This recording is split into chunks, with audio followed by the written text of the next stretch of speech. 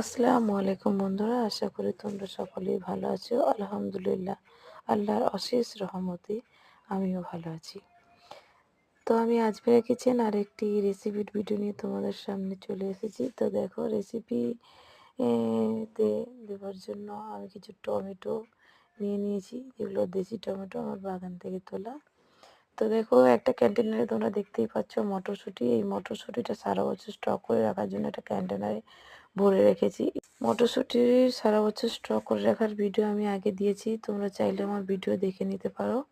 তো এই মটরশুঁটিগুলোকে আমি প্রায় 15 থেকে 20 দিন এমনি বাইরে রেখে দিয়েছিলাম। তো কিছুটা পচেও গেছিলো উপরের খোলাগুলো, তো সেগুলো বাদ দিয়ে আমি প্রায় আজকের 1 সপ্তাহ হয়ে যাচ্ছে স্টক করে রেখেছি। তো দেখো, একদম কন্টেনার থেকে বের করে দেখাচ্ছি তোমাদের, পুরো শুঁটি থেকে।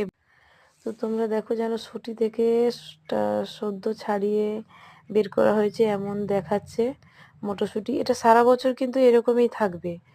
এগুলো স্টিপ শুদ্ধ দেখানো আছে, দেখে নিতে পারো ভিডিও। তো দেখো বন্ধুরা, আমি একটি ডালের রেসিপি নিয়ে চলে এসেছি, মুগ ডাল দিয়ে।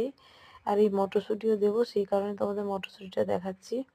তো চলো, মটরশুঁটি আর ডালের যে রেসিপিটা দেখাবো তার জন্য তো দেশি টমেটো, মুগ ডাল আর মটরশুঁটি দিয়ে দারুণ স্বাদের একটি ডালের রেসিপি। তো চলো রেসিপিতে যাওয়া যাক।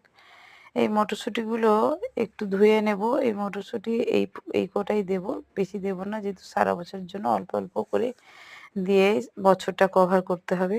তো আমি ডালের জন্য কি কি নিয়েছি সেটাই তোমাদের একবার বলে দেবো। মুগ ডাল নিয়েছি, টমেটো নিয়েছি, পেঁয়াজ নিয়েছি আর মটরশুঁটি নিয়েছি।